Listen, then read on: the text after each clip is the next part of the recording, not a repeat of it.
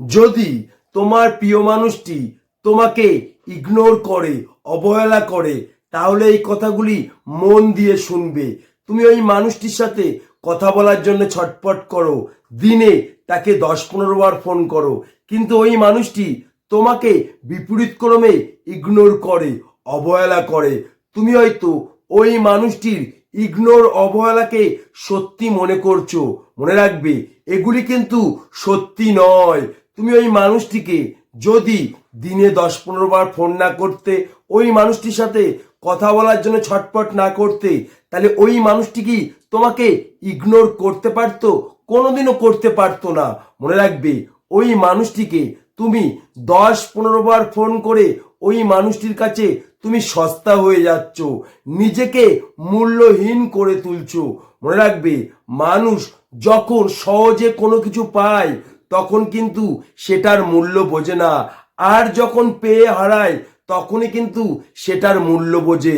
তাই ওই মানুষটির মনে তোমার শূন্যতা তৈরি করো, তাহলে দেখবে ওই শূন্যতায় ওই মানুষটি ছটপট করবে। তাই ওই মানুষটিকে আজকের পর থেকে ফোন করা বন্ধ করে দাও, কথা বলা বন্ধ করে দাও, দেখা করা বন্ধ করে দাও, সব কিছু ভুলে যাও, নিজেকে মূল্য দাও, নিজের কাজে ব্যস্ত থাকো।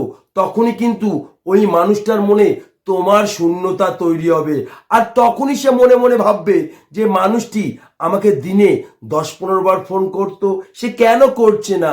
যে মানুষটি আমার সাথে দেখা করার জন্য ছটপট করতো, সে এইগুলি কেন করছে না? যখন ওই মানুষটার মনে তোমাকে নিয়ে প্রশ্ন তৈরি হবে, তখনই তুমি তার মনে অনেকটা জায়গা করতে পারবে। তখন দেখবে সেই মানুষটা নিজে থেকেই তোমাকে ফোন করবে, তোমার সাথে কথা বলার জন্য ছটপট করবে। এটাই বাস্তব, কিন্তু আমরা এটা বুঝতে পারি না। তুমি যদি নিজেকে মূল্য না দাও, পৃথিবীর কেউ তোমাকে মূল্য দেবে না। তুমি যদি নিজেকে ভালো না বাসো, পৃথিবীর কেউ তোমাকে ভালোবাসবে না। এটাই বাস্তব। যদি ভিডিওটা ভালো লাগে, অবশ্যই একটা লাইক